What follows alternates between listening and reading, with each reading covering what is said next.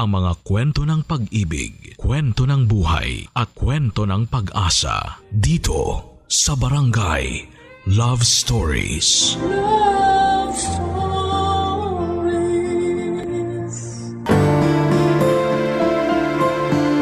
Nauubos ang pasensya ngunit hindi ang pagmamahal.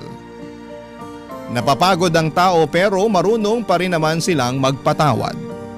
Ikaw, kabarangay, handa ka bang magpatawad sa taong paulit-ulit kang ginawan ng pagkakamali? Dear Papa Dudut, magandang tanghali sa inyo at sa lahat ng mga kabarangay natin. Pabati na rin ang isang manigong bagong taon sa ating lahat. Itago niyo na lamang po ako sa pangalang Rosette. 32 years old at nagtatrabaho bilang audit officer sa isang international company na nakabase dito sa Makati. Avid listener na talaga ako ng programa ninyong Barangay Love Stories since pandemic at ngayon lang ako naglakas ng loob na mag-email ng aking istorya sa inyong istasyon. Bago ako magpatuloy ay gusto ko lang ding sabihin na ang pinaka-paborito ko sa lahat ng mga istorya na tinatampok ninyo ay yung pong tungkol sa pamilya. Relate kasi ako lalo na katulad ng iba nating letter sender ay hindi rin perpekto ang pamilyang kinabibilangan ko. Nakakalungkot lang dahil sa tingin ko ay pinakamalala na yung sa amin. At kung tatanungin ninyo ako kung gusto ko pa ba sila na maging pamilya sa susunod na buhay ay sasabihin ko talagang hindi na. Kahit na hindi na nga ako mabuhay kung meron pang susunod ay ayos na ayos lang.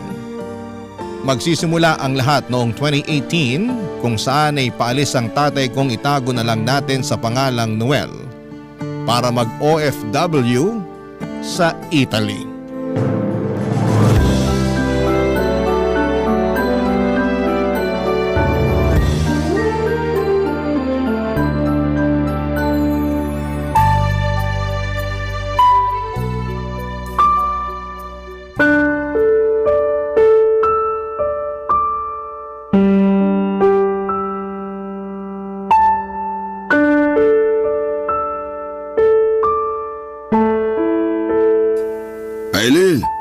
Handa mo na ba mga damit ko? Yung mga isasama sa maleta, nalagay mo na ba? Oo, nilagay ko na. Talaga lang ha? Kung ayaw mo maniwala, titignan mo. Titingnan ko talaga. Oh, wala rito yung paborito kong damit. Nandyan. Wala nga. Tingnan mo. Halika rito, dali. Ay teka, wag mo namang guluhin yung mga nakatupi. Paanong hindi guguluhin? Hinahanap ko nga rito yung sinasabi mong damit ko na nandito. Alin ba kasi yon? Oh, kita mo na. Wala talaga rito yung paborito kong damit. Kahit kailan ka talaga, wala kang kwenta. Sobra ka naman magsalita. Sobra raw. Totoo naman sinabi ko ah. Oh, pagbuksan mo yung kumakatok. Oo na. Anak, ikaw pala. May kailangan ka ba sa amin ng papa mo? Tatawagin ko lang po sana kayo para sabihin na nakapagluto na ako ng tanghalian natin. Kaya lang, hindi pa ako nakakalapit sa pinto naririnig ko na yung sigaw ni Papa. Ay, ganun ba? Wala yun.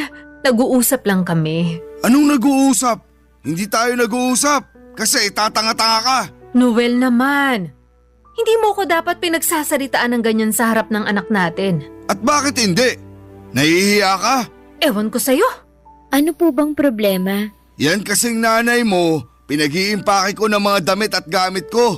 Tapos hindi pa pala nalalagay yung paborito kong damit sa maleta. Sabi na nandyan na raw. Oh, nung hinanap ko, wala naman. Bakit kasi hindi na lang ikaw ang mag-empake para alam mo kung ano-ano yung mga ilalagay mo? Ayoko nga. Nakakatamad kayang gawin yan. Tsaka ikaw yung babae. Dapat ikaw gumawa niyan. Mali naman po yata yung katwiran niyo, Pa. Anong mali doon? Sige nga. Kahit na si Mama ang babae, kayo naman yung aalis. Siguro dapat, imbis na pagalitan niyo siya at pagsalitaan ng kung ano-anong masasakit at hindi magaganda, tulungan niyo na lang siya para alam niyo rin kung ano yung mga dadalhin niyo. Akala ko ba matalino ka? Po? Akala ko kako, matalino ka. Kasi graduate ka naman ng kolehiyo at may maayos na trabaho. Pero bakit parang pulpul ka rin mag-isip katulad ng mama mo? Sobra naman po kayo magsalita. Hindi ako sobra. Kayo ng mama mo, masahol pa sa bugok mag-isip. Alam niyo, hindi na talaga tama yung pananalita niyo sa amin ni Mama, ha? Hindi porke tatay ko kayo, hindi ko na kayo papatulan. Sumusobra na kayo. Rosette, huwag ka nang sumagot. Bakit hindi po? Grabe magsalita yang si Papa. Akala mo kung sino? Hindi naman talaga ako kung sino sa pamamahay na to. Baka nakakalimutan mo na ako ang nagpapasok ng pera rito. Ako nga ang nagpaaral sa'yo at nagtaguyod sa pamilya natin. Bakit niyo po sinusumbat sa akin yan? Bilang padre de pamilya, responsibilidad niyo naman talagang buhayin kami. Aba, Totoo naman po yung sinabi ko. Saka baka nakakalimutan niyo rin. Simula nang makapagtrabaho ako, ako na ang nagbabayad sa lahat ng gastusin natin dito sa bahay. Dahil panay sideline lang kayo sa trabaho niyo sa auto supply. Kung kailan lang kayo sipagin, saka lang kayo pumapasok. Pasalamat na lang kayo kasi kaibigan niyo yung may-ari kaya hindi pa rin kayo tinatanggal hanggang ngayon. at sinusumbat mo naman sa akin ngayon yung bagay na yan? Bakit po hindi? Nauna kayong manumbat. Pwede ba tumigil na kayong dalawa? Yang anak mo ang pagsabihan mo. Iba rin tabas ng dila. Bastos. Akala mo hindi magulang kausap. Kung bastos ako, kanino pa ba ako magmamana? Sa inyo lang naman ako na bastos din. Anong sinabi mo? Ano ba? Hindi ba kayo titigil? Rosette, huwag mo na sabing sagot-sagutin ang papa mo. Si Papa naman po ang nauna. Kahit na. Kaya namimihasa siya na pagsalitaan tayo ng hindi maganda kasi lagi niyong pinalalagpas. Wala rin naman patutunguhan kung papatulan ko pa. Mabuti pa kumain ka na doon, Noel. Baka gutom lang yan. Mabuti pa nga kumain na ako kaysa makipag-usap sa inyong magnanay. Kumain ka na rin doon, anak. Tatapusin ko muna itong pag-iimpake ng mga damit ng papa mo. Ayaw ko pong kasabay kumain si Papa. Tutulungan ko na lang kayo dyan. Papa Dudut, hindi yun ang unang beses na trinato ng tatay ko ang aking nanay ng hindi maganda. At nalulungkot ako dahil parang hinahayaan lamang ni Mama na ganon ang gawin sa kanyang pakikitungo ng magaling kong ama. Palibhasa ay hindi kami ang unang pamilya ni Papa. Pangalawa lamang kami matapos niyang makipaghiwalay sa una niyang kinasama kung saan ay nagkaroon sila ng isang anak, ang ate ko. Hindi ko na matandaan kung paano nagkakilala ang mga magulang ko, Papa Dudut. Basta sinabi lang ng nanay ko na hiwalay na ang tatay sa dati niyang kinakasama. Nabuntis siya sa akin at sa bunso naming lalaki at nagsimula na silang magsama. Kaya lang, umira lang pagiging babaero ng tatay ko. Ilang beses na namin siyang nahuli ng mama ko kaya naging on and off ang pambababae niya. At hanggang sa bago siya umalis noong 2018 para magtrabaho sa abroad. Malakas ang kutob ko na ang pinakadahilan ng pag-iibang bansa niya ay upang sundan doon ang babaeng kursonada niya sa auto supply na pinagtatrabahuhan niya. Nabanggit kasi niya isang beses sa amin na plano nung magpunta sa Italy tapos ay makaraan lang ang isang buwan ay nagulat kami nang binalita niya sa amin na aalis din siya. Mabilis na lumipas ang 4 na taon, 2022 na noon at ni minsan simula nang umalis si Tatay Papa Dudut ay hindi pa siya umuwi sa amin para magbakasyon.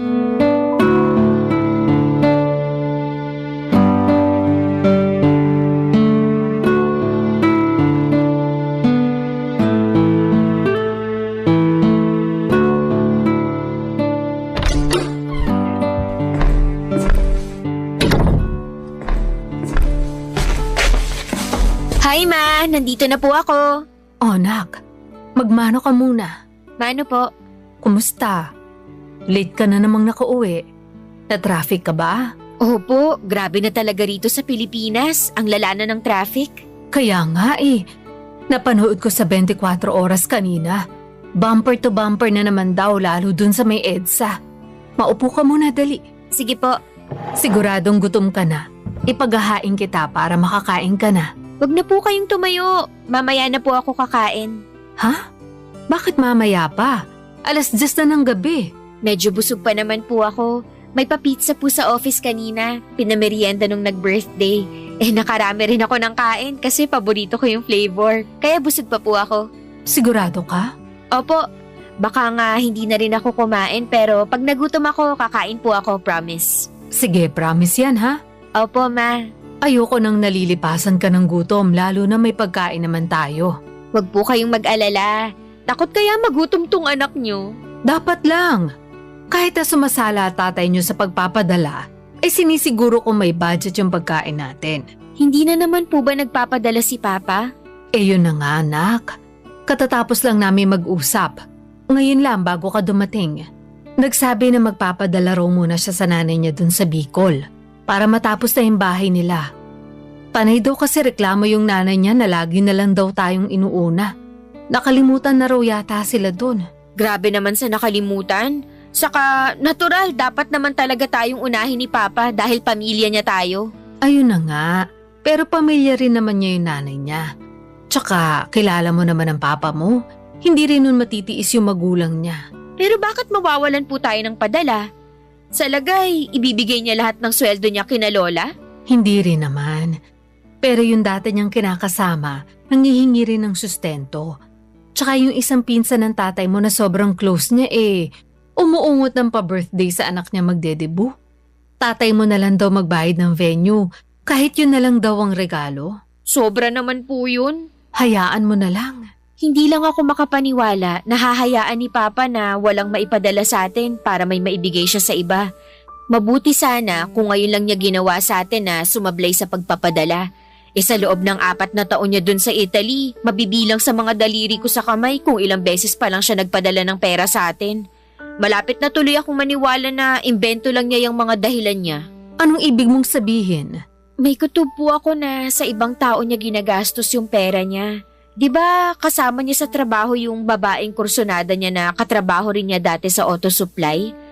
Ayoko sanang isipin na may milagro silang ginagawa dun. Pero kilala naman po natin si Papa. Sa totoo lang, matagal nang sumagi sa isip ko yan simula nang gustuhin niyang sumunod dun sa Italy. Nakakainis talaga si Papa. Hindi niya na kayo nirespeto. Hayaan mo na anak. Ang mahalaga na lang sa akin ngayon gampanan pa rin niya ang pagiging tatay sa inyo. Hindi ko na naman mababago yung ugali niyang yan. Mukha nasa dugo na talaga niya ang pagiging babaero. Ang hirap pa rin hayaan, Ma. Basta ako, nagpaubaya na lang nung paulit-ulit niya na akong niloloko. Pero hindi niyo pa rin siya nagawang hiwalayan. Hanggang ngayon, tinitiis niyo pa rin yung ugali ni Papa.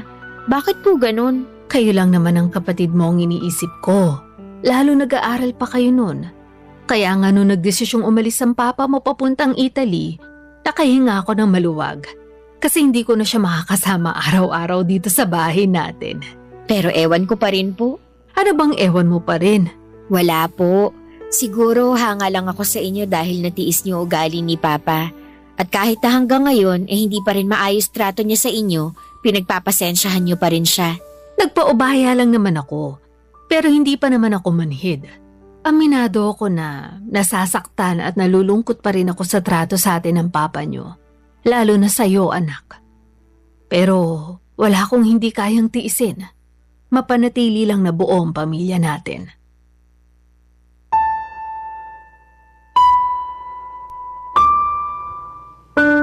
Papadudot awang-awa ako sa mama ko sa tuwing nagsasabi siya ng nararamdaman niya tungkol kay Papa. Sa kabila ng lahat ay hindi naman niya ito magawang hiwalayan. Kahit na may hinala na kami na ang pinakadahilan kung bakit hindi kami inuuwian ng tatay namin ay dahil sa babae nito ay pinagkibit balikat lamang ni mama ang lahat. At kahit na sinabi niya na ang mahalaga na lamang ay ang sustento ni Papa ay hindi pa rin namin yon ganong kadaling nakukuha sa kanya. Tumungtong na ako sa edad ko kung saan ay napagod na lamang akong intindihin ang mga magulang ko. Kumbaga nagsawa na lamang akong mangunsume sa tatay ko at sa pagiging babaero niya. Siguro nga papadudot ay may bahagi sa akin na tinanggap na lamang na hindi ko na mababago ang pagiging taksil ng tatay ko sa nanay ko. At tungkol naman sa nanay ko na martir at mapagtiis, masasabi ko na minsan pinababayaan na lang din siyang magdusa sa sitwasyong pinili niya. Sa sitwasyon na pinili niyang magdusa, kapiling si tatay. Barangay Love Stories. Barangay Love Stories. Papa Dudut, alam kong hindi perpekto ang pamilya namin pero pakiramdam ko ay sumobra naman sa pagiging despalinghado. Bukod kasi sa pagkakaroon ng tatay na unfaithful at hindi nagsusustento sa amin ng maayos.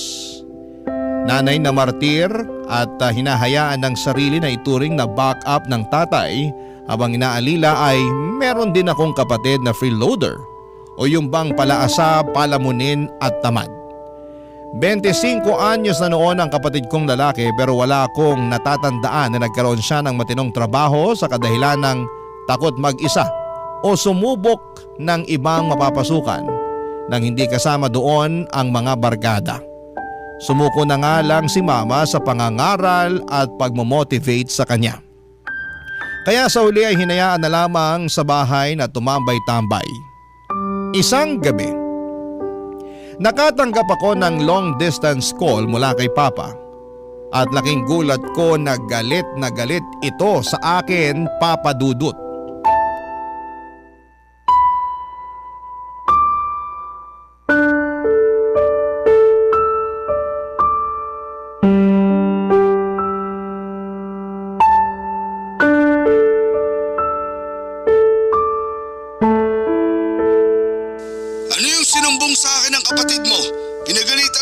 Nung hindi siya nagsaing kagabi. Tapos nagagalit ka rin daw sa kanya at sinasabihan mo siyang tamad? Tamad naman po talaga siya eh. Saka sinong di magagalit na pati pagsasaing, inaasa niya pa rin sa amin ni Mama. Wala ba siyang mga kamay? Palibasa, sinanay niyo kasi. Anong sinanay kung pinagsasabi mo? Totoo naman masyado niyong inispoil. Lahat na lang ng ginagawa niya tama sa paningin niyo. Ayan, nasanay. Parang wala nga ako natatandaan na pinagalitan o pinagsabihan niyo man lang yung kapatid kong yun. Kaya lumaking sutil at palaasa sa amin ni Mama. Oh, tapos ngayon nanunumbat ka na dyan. Hindi ako nanunumbat. Saka bakit ba lagi niyong sinasabi na nanunumbat ako kung totoo naman na ako yung nagpapasok ng pera sa bahay natin? Ako yung nagbabayad ng mga bills at bumibili ng pagkain. Baka nakakalimutan mong nagpapadala rin ako sa inyo. Ay syempre, hindi po namin nakakalimutan yung padala nyo na madalas kulang at wala pa nga. Sumusobra ka na talagang babae ka. Manang-mana ka sa mama mo. Buti na lang nagmana ako kay Mama at hindi sa inyo dahil ewan ko na lang talaga. Pasalamat ka, nandito ako sa ibang bansa. Kundi nakatikim ka na talaga sa akin. Napakabastos mo. Kung bastos na ako, kumusta naman yung paborito nyong anak? Tamad na nga, palamunin pa. Dapat siguro siya yung pinagsasabihan nyo imbis na ako kasi alam ko mga responsibilidad ko sa pamamahay na to. Pag nakauwi na ako dyan, malalaman mong hinahanap mo. Wala po akong dapat malaman, baka kayo meron. At ano naman yon? Maging responsableng tatay sa amin at kinakasama kay Mama. Ay, talaga naman. Ibababa ko na po yung tawag, inaantok na ako. Sandali, kinakausap pa nga. Bukas po yan. Ano nangyari? Wala po. Anong wala? Umiiyak ka nga. Tsaka, papa mo ba yung kausap mo sa cellphone? Opo. Tumawag siya sa akin. Patulog na ako para lang pagalitan. Ha? Bakit naman niya ginawa yun? Yung magaling ko kasing kapatid, nagsumbong lang naman kay Papa na pinagalitan ko raw siya nung hindi nakasaing kagabi. Totoo naman yun, nagalit ako dahil pag-uwi ko wala pang pagkain. Di ba? Masama pakiramdam niyo nun. Tapos siya, busy lang sa paglalaro ng mobile games. Ako pagod din, galing sa trabaho. Gutom na ako noon, kaya nagalit ako. Ako naman na may kasalanan nun. Wala po kayong kasalanan. Sabi ko nga, masama pakiramdam niyo, di ba? Saka, alam naman niya yun. Palagi siyang nandito sa bahay eh. Sa lagay, hindi niya napapansin? Ang hirap kasi sa kapatid ko, masyado niyong sinanay ni Papa. Lalo na si Papa kasi paborito niyang anak yan. Hindi naman siguro. Ano pong hindi? Halatang halata naman kay Papa na palagi niyang pinapaboran yung kapatid ko. Pero pag ako, kulang na lang itakwil niya. Ano pang sinabi sa'yo ng papa mo? Marami. Puro masasakit. Pero hindi ko naman siya masisisi kasi sinagot ko rin naman siya. Kaya nga dapat na nahimik ka na lang. Hindi ko po kaya. Lalo na nasa katwiran ako, Ma. Oh, kaso nagkakasakitan kayo ng papa mo. Masakit naman na po siya magsalita. Wala nang bago dun. Saka hindi po ako katulad niyo na kayang magpaubaya at magtiis sa trato niya sa akin. Sobrang unfair niya lang kasi. Mas kampi pa siya sa kapatid ko na tamad at walang pakiramdam. Noon pa lang kasi gusto na ng papa mo magkaanak ng lalaki. Kaya nga tuwang-tuwa yun nung sinilang ko yung kapatid mo. Nandun na po tayo. Pero anak din naman niya ako. Kaya sana pantay yung trato niya sa amin. Lalo na sa akin na palaging sumasalo sa kakulangan niya sa pamilya natin bilang padre de pamilya. Kaya nga di ko na rin napigilan pagsabihan siya na dapat maging responsable siya sa atin eh. Sinabi mo talaga sa kanya yon? Opo, para alam niya. Sa tingin ko, alam naman ng papa mo yon. Pero hindi lang niya matanggap. Alam niya pero wala lang talaga siyang pakialam. Ayos lang na hindi siya makapagpadala sa atin ng regular kasi may iba siyang sinusustentuhan dun sa ibang bansa. Saka nandito naman ako para sumalo sa mga pagkukulang niya. Pero hindi niya ba naisip na nakakapagod na? Paano na lang kung wala na ako? As in, ngayon mismo, paano po kayo ng tamad kong kapatid?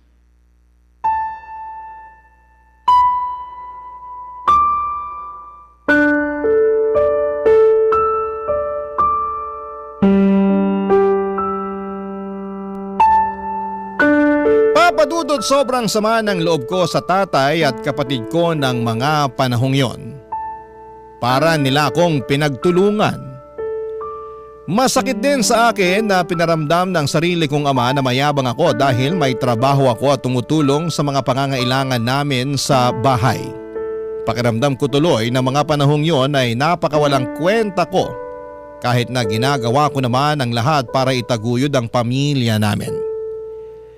Bagay na hindi nagagawa ng maayos ng sarili kong ama. Simula ng gabing yon ay nagising ang natutulog kong galit para sa tatay ko. Feeling ko ay nagsama-sama na lahat ng mga sama ng loob ko. Simula papadudot ng pabayaan niya kami at ng babae siya. Naging malayo din ang loob ko sa kaisa-isa kong kapatid dahil halatang paborito siya ng tatay namin. At ang tanging kakampi ko na lamang sa bahay ay ang mama ko. Sa kanya ko sinasabi lahat-lahat. Pero noong nag-2024, aminado ako na nalimitahan ako sa lahat ng bagay. Papadudot hindi rin kasi nakagagaan ang loob ko. Lalo na at nakikita ko na mabigat din ang pinagdaraanan ni nanay mula sa tatay kong wala naman sa hulog at walang pakialam sa amin.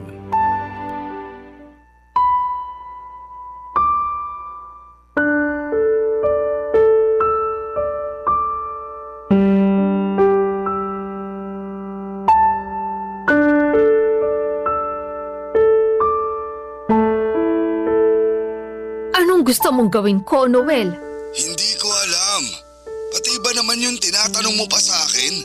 Wala ka bang sariling utak? Ano namang masama sa pagtatanong? Masama kasi lagi ka na lang ganyan. Ewan ko sa'yo. Tinatanong ka lang na maayos kung ano-ano nang sinabi mo sa akin. Gusto mo babaan kita ng cellphone? May sakit na nga ako, gaganyanin mo pa ako? Ano ba kasing nararamdaman mo? Sabi mo lang masakit ang katawan mo pero wala ka namang trangkaso. Wala naman talaga. Uminom ka na ba ng gamot? Oo, nawawala naman yung sakit pero bumabalik din.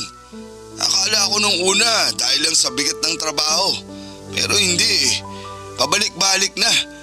Tapos lagi rin ako nahihilo. Naiinis na nga ako eh. Sinubukan mo na ba magpatingin sa doktor dyan? Hindi pa. Tsaka mahal dito. Nangihinayang ako sa gagastusin ko.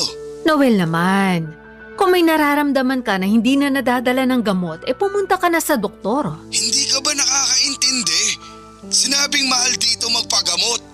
Anong gusto mong gawin ko? Wala naman akong kapangyarihan para pagalingin ka. Ay nako, ewan ko sa'yo. Napaka-pilosopo mo. Ayaw na kitang kausap, lintik ka. Teka sandali! Ma, si Papa po ba yung kausap niyo? Oo. Kaso binabaan na ako ng tawag. Nainis yata sa akin kasi akala pilosopo ko. Patawarin yan si Papa eh. Bakit naman? Ayaw niya ng pinipiloso po tapos siya laging piloso po sa mga sagutan. Galit sa sariling multo. Hayaan mo na yung tatay mo. May pinagdaraanan din kasi. Talaga po? Oo. Dumadalas ang tawag sa akin na panay ang daing na marami raw masakit sa katawan niya. Una yung tagiliran, tapos mga buto-buto niya. Yung sa tuhod, sa paa rin, namamaga pa raw. Hirap daw siyang lumakad tapos madalas hinahapo. Hala, na paano kaya yun? Yun ang hindi ko masagot. Ano pong sinabi niyo? Sabi ko magpatingin sa doktor doon para malaman kung ano nangyayari sa kanya. Kaya lang tong tatay mo nanghihinayang sa perang gagastusin. Mahal daw kaya ayaw. Ang pinag-aalala ko, pabalik-balik na yung nararamdaman niya. Hindi na kaya ng mga iniinom niyang gamot. Si Papa talaga oh. Mas maganda nga na makapagpatingin siya sa doktor para tama yung reseta niyang gamot. Hindi yung basta-basta lang siya umiinom, masama rin yun sa kidney natin. Kaya nga anak. Ay, sa totoo lang hindi ko na alam ang gagawin sa papa mo. Masyadong matigas ang ulo. Matagal naman na pong ganyan si Papa. Kaya lang, ewan sa dahilan niya na namamahalan siya pero may pambigay siya sa babae niya doon. Parang hindi naman yata patas yun. Hindi naman natin sigurado kung sa babae nga niya napupunta lahat ng sweldo niya. Kahit hindi tayo sigurado, malakas pa rin po kutob ko. Tingnan nyo, ni minsan ba umuwi siya rito sa atin para magbakasyon? Hindi naman, di ba? Tapos, dyan sa pagpapadala, sala sa init, sala sa lamig. Kumbaga, panapanahon. Pero kapag may kailangan siya sa atin, lalo na sa inyo, akala mo kung sinong hari mag-utos. Ura-urada pa, gustong gawin. Nakakainis na talaga si Papa. Pag naaalala ko yung mga ginawa niya sa atin, lalo lang nadadagdagan yung galit ko sa kanya. Kaya lang, tatay mo pa rin siya. Hindi ka dapat nagtatanim ng galit sa kanya. Kahit tatay ko siya, wala naman po akong maitanim na pagmamahal para sa kanya. Meron pala, pero pang-unawa na lang at malapit na ring mawala. Kundi dahil lang talaga sa inyo, baka matagal ko nang hindi kinausap si Papa. Hindi rin naman kita masisisi, pero tama na yung pagsasalita mo ng ganyan sa papa mo. May nararamdaman na ngayon dun sa ibang bansa. Hindi ko maasikaso kasi malayo siya sa atin. Sus, nandun naman yung babae niya. Bakit sa'yo siya nagpapaasikaso? Rosette naman. Sorry ma, naiinis lang talaga ako. Maawa ka naman sa papa mo. Sinusubukan ko naman po. Pero hindi ko lang mapigilang isipin na baka karma niya na yung nangyayari sa kanya ngayon. Papa Dudut, matapos ikwento ni Mama ang madalas na pagtawag sa kanya ni Papa para ireklamo ang mga nararamdaman itong sakit sa katawan ay napabuntong hininga na lamang ako. Kita ko kasi na problemado ang mama ko. Bukod doon ay labis din ang pag-aalala niya sa tatay kong wala namang halos pakialam sa amin. Hindi ko lang magets na sobrahan na ba siya sa pagiging martir at nakuha niya pa talagang isipin ang kapakanan ni Papa kahit na ni minsan ay hindi naman ito naisip ang kapakanan namin. Papa Dudut, siguro ay ganoon kapag umiibig ang isang tao. Nabubulag siya sa pagmamahal sa maling tao. Sa pagpapatuloy ng pagdaan ng mga araw ay lalong dumalas ang paglo-long distance call ni Papa. Hindi naman kasi ito makapagpatingin doon ng regular, kesyo malaki ang kailangang bayaran. At madalas niyang nirereklamo na wala na siyang sweldo, gawa ng mga nararamdaman niya sa kanyang katawan. Sa huli ay pareho na lamang kaming naawa ng mama ko kaya naman nag-decide na kung pauwiin dito sa Pilipinas si tatay para mapatignan namin sa doktor, Papa Dudut. Barangay Love Stories. Barangay Love Stories. Papa Dudut, umuwi dito sa Pilipinas si Papa noong November 2024. Pinagamot namin siya at natuklasan namin na may iba't iba siyang sakit na iniinda. Una na doon ay yung thyroid niya, diabetic din siya at may mga karamdaman tulad ng fatty liver. Mataas din ang kanyang uric acid. Kaya lagi niyang narereklamo na madalas ay sumasakit ang kanyang katawan. Hindi naman problema ang pampapagamot sa tatay ko dahil beneficiary ko siya sa insurance o yung HMO ng aming kumpanya. Kaya nga mas pinili niya na dito magpagamot para makalibre siya. Pero ang usapan, babalik pa rin siya sa abroad dahil hindi pa naman siya tuluyang nag-resign sa pinagtatrabahuhan niya. Kahit nagalit ako sa tatay ko ay aminado akong naaawa ako sa kanya, lalo na ng mga panahong personal ko nang nakita na umaaray siya sa mga masakit na bahagi ng katawan niya. Kita ko rin ang panlulumo niya matapos naming matuklasan sa mga examination at laboratory test na ginawa sa kanya ang mga sakit niya. Naisip ko nga na hindi magiging madali ang gamutan ng tatay at tama ako dahil marami-rami ring gamot ang nireseta sa kanya ng doktor niya, Papa Dudut.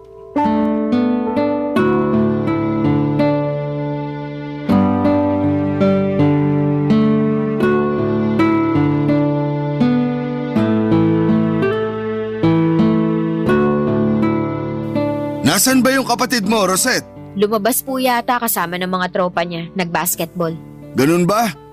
Tama lang yun, para ehersisyo na rin sa katawan. Naalala ko nung kabataan ko, ganyan-ganyan din ako. Oo nga, pero bata ka pa rin naman. Bata pa nga, kaso marami nang iniinda. Pero nagagamot pa naman daw, sabi ng doktor, di ba? Kailangan mo lang sundin yung payo nila. Tsaka inumin yung mga gamot na nireseta nila. Ayoko nang inumin yung mga gamot na yan. Nasusuka na ako dyan. Ano? Bingi ka ba? Sabi ko, ayoko nang inumin yung mga gamot ko. Bakit ayaw mo? Makakatulong nga sa'yo yun para gumaling ka. Nasusuka na nga ako.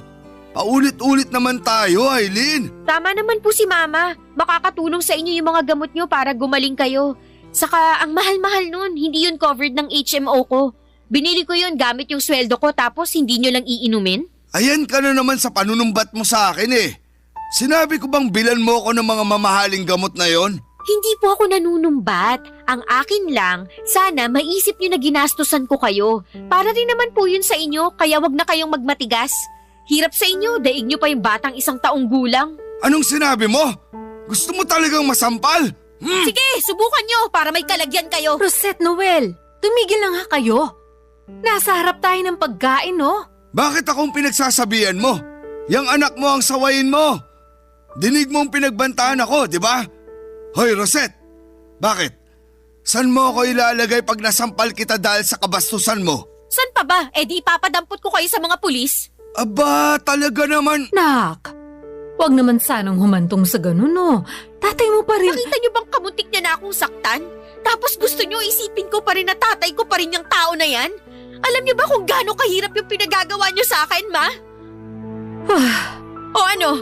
Hindi na po kayo nakapagsalita kasi totoo. Ang tagal-tagal kong inisip na tatay ko pa rin kayo sa kabila ng trato niyo sa akin at sa nanay ko pa. Palagi ko kayo pinagpapasensyahan kasi naaawa ako sa inyo. Nung sumasala kayo sa pagpapadala sa amin, hindi kayo nakarinig ng isang reklamo mula sa amin ni Mama, di ba? Kasi may trabaho naman ako at kaya ko pa naman suportahan tong pamilya natin.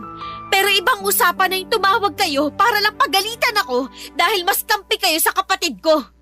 Sa huli, pinagpasensyahan ko pa rin kayo, lalo na nung dumalas na yung pagdaing nyo na masakit ang katawan nyo. Pinauwi namin kayo rito para makapagpagamot. Inasikaso kayo ni Mama mula nang tumapak kayo sa pamamahay namin. Pero ni minsan, simula nung umalis kayo para mag-abroad, hindi nyo kami naalalang uwian dito. Tapos ngayon, ginastusan ko kayo sa mga gamot nyo para lang sabihin yung hindi nyo naiinumin kasi nasusuka kayo? Anong klaseng utak po ba meron kayo? Sagutin nyo ako! Bakit nananahimik kayo dyan bigla? Diba? Lagi kayong hindi nauubusan ng mga katwiran?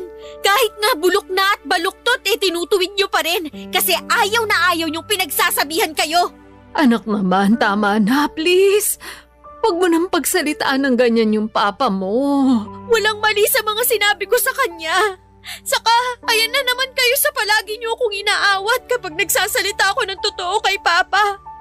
Minsan, hindi ko mapigilang isipin na mas kampi pa kayo sa kanya kaysa sa akin. Hindi totoo yan.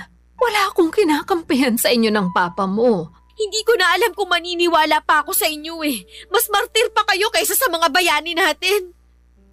Mabuti pa, matulog na po ako. Nawalan na ako ng gana kumain.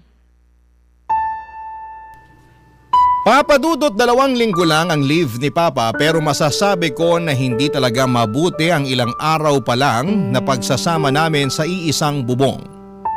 Kung umasta kasi siya akala mo ay kung sinong don sa pamamahay namin. Harap-harapan niyang inaalipin si Mama kahit na maliit na bagay tulad ng pagkuha ng tubig niya at sa pag-abot ng remote ng TV na pwede naman niyang gawin ay inuutos pa sa nanay ko. Mabuti sana kung baldado siya. Baka pwede ko pang palagpasin pero hindi naman. Madalas din silang magkampihan ng kapatid kong tamad kaya na-stress kami ng nanay ko. Sobrang sama ng loob ko dahil imbes na maging mapayapa ang pansamantalan niyang pag-uwi sa bahay ay naging magulo pa. Kaya nga hindi ko na napigilang makapagsalita ng masakit sa kanya noong minsang nagkasagutan kami. Marami ako naisip ng mga panahong yon. Una ay kung bakit sa dinami-dami ng pamilya sa mundo, sa ganitong klaseng pamilya pa ako napabilang. Napakamalas ko naman kung ganon. Mabilis na nagdaan ng araw, mas naging mabigat sa akin ang pananatili ng Papa sa bahay. Kaya para maiwasan na uminit ang ulo ko sa kanya ay madalas akong nag-overtime sa trabaho. Para kung makauwi man ako sa amin ay tulog na sila at gano'n na lang din ang gagawin ko. Maaga rin akong umaalis upang maiwasan na magpang-abot pa kami. Tuluyan ako na wala nang pakialam sa tatay ko kahit na magkasama pa kami sa iisang bubong ng mga panahong yon, Papa Dudut.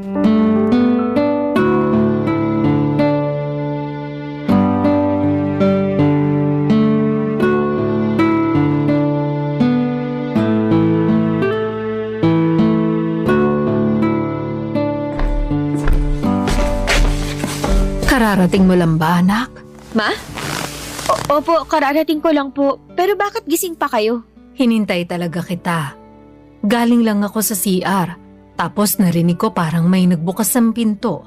Kaya naisip ko na ikaw na agad yan. Okay po, pero bakit niyo po ako inantay? Gusto sana kitang kausapin. Pero kumain ka na ba? Kung hindi pa ipaghahain kita. Wag na po, kumain na po ako. Tara po, upo muna tayo sa sofa para makapag-usap tayo. Sige. Tungkol saan po ba yung pag-uusapan natin? Napapansin ko kasi na madalas late ka nang umuuwi. Tapos maaga ka aalis. Hindi ko alam kung nakakakain ka pa ba ng mabuti. Kasi hindi na kita napaghahandaan ng baon lalo sa umaga. Sa gabi hindi mo naman kinakain yung mga pagkain na tinira ko sa iyo. Nag-aalala lang ako sa iyo, Rosette. Sorry po, Ma. Tungkol sa bagay na yan, kumakain naman po ako. Madalas nga lang sa office at lagi lang po ako umu-order kahit na magastos. Bakit nga? Pwede naman kitang ipaghandahan ng baon mo. Ayoko lang po na gawin nyo yun. Nagtatampo ka pa rin ba sa akin? Sa amin ng papa mo? Sa totoo lang, opo. Sinadya ko po na magpalit ng uwi at umalis ng maaga para hindi ko kayo makita at makausap. Hanggang ngayon kasi masama pa rin ang loob ko sa inyo. Naiintindihan ko naman. At alam ko malaki rin talaga yung pagkukulang at kasalanan namin sa iyo ng papa mo. Opo, pero syempre hindi ko pa rin naman po kayo kayang tiisin. Nagtatampo ako sa inyo pero namimiss ko pa rin kayo. Lalo ka na, Ma. Kasi ikaw lang naman talaga yung kakampi ko rito sa bahay natin. Kahit na minsan kinukonsinti mo si Papa at yung kapatid ko. Alam ko, ikaw pa rin yung pwede kong asahan na malalapitan pag kailangan ko. Oo naman. Sinabi ko sa iyo nung bata ka pa na hindi mo lang ako mama. Best friend mo rin ako. Kaya dapat lang na magsabi ka sa akin ng mga nararamdaman mo. Natatandaan ko nga po yan, pero may aaminin po ako sa inyo. Ano yon? Hindi na po ako masyadong nagkukwento sa inyo. Sinarili ko na lang po yung nararamdaman ko dahil wala rin namang magbabago. Kahit na magreklamo pa ako sa inyo ng paulit-ulit tungkol sa ugali ni Papa, hindi niyo pa rin naman siya hihiwalayan eh. Alam ko sa kabila ng ugali niyang yun, mahal na mahal niyo pa rin siya. Hindi naman mahal na mahal. Siguro mahal lang kasi meron kaming pinagsamahan at may mga anak kami. Kayo yun ang kapatid mo. At saka naaawa ko sa sitwasyon ng papa mo ngayon. Tingnan mo, hindi nga siya maasikaso ng mga taong tinulungan niya minsan. Pati nung babae niya dun sa Italy kung totoo man na may relasyon sila. Sa atin pa rin siya umuwi at tayo pa rin ang kailangan niya. Pero di ba ang unfair nun? Kasi pag masaya yung nangyayari sa kanya, ibang tao kasama niya. Pag malungkot at mahirap, sa atin siya pumupunta. Unfair nga, pero siguro ganun na lang ang papel natin sa buhay ng papa mo. Kaya nga hindi rin kita masisi nung pinagsalitaan mo siya na masakit. Sa tingin ko natauhan din naman siya, pero hindi lang niya kayang aminin.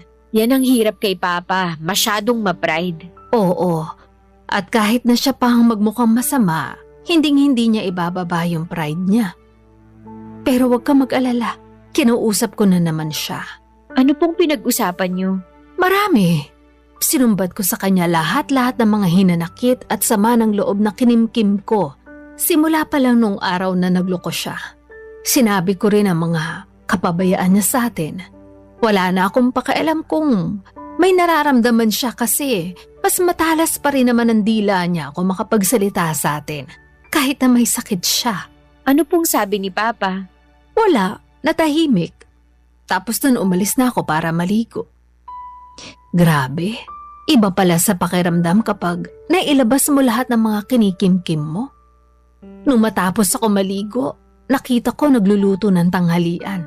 Gulat nga ako kasi hindi naman niya yung ginagawa simula nung umuwi siya rito sa atin. Kung ako yung nakakita, baka magulat din ako.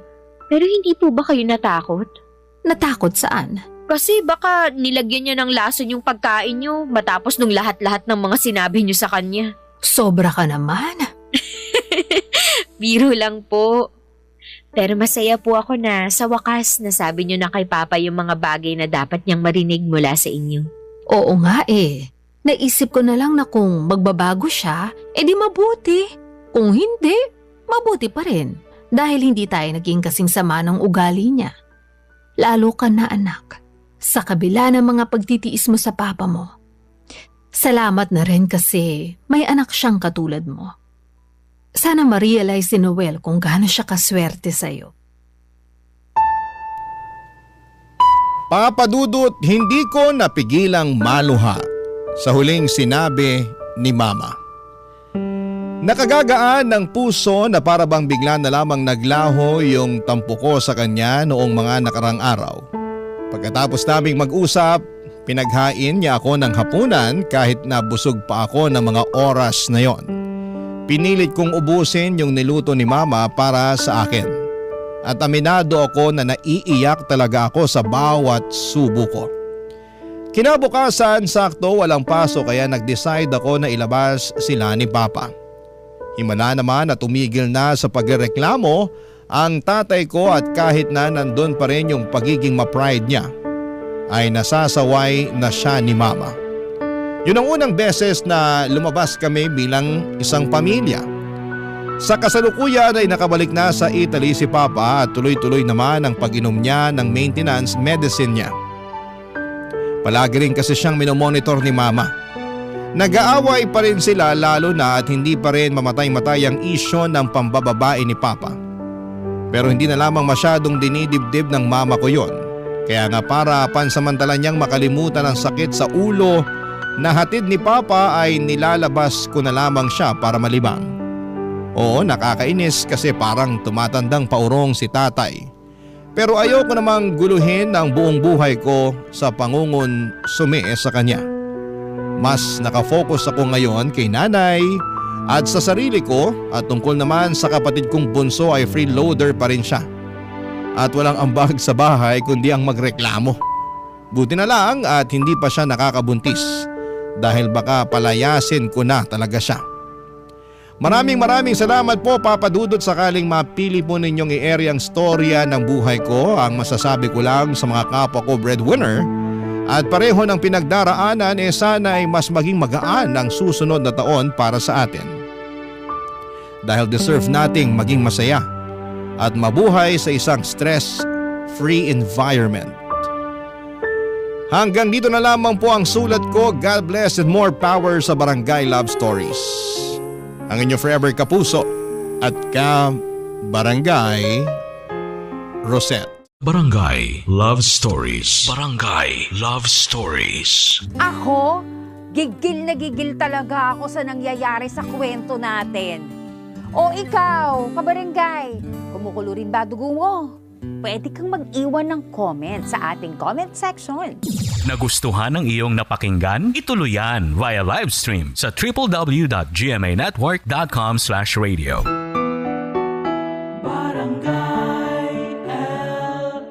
In Mega Manila, 97.1. Forever!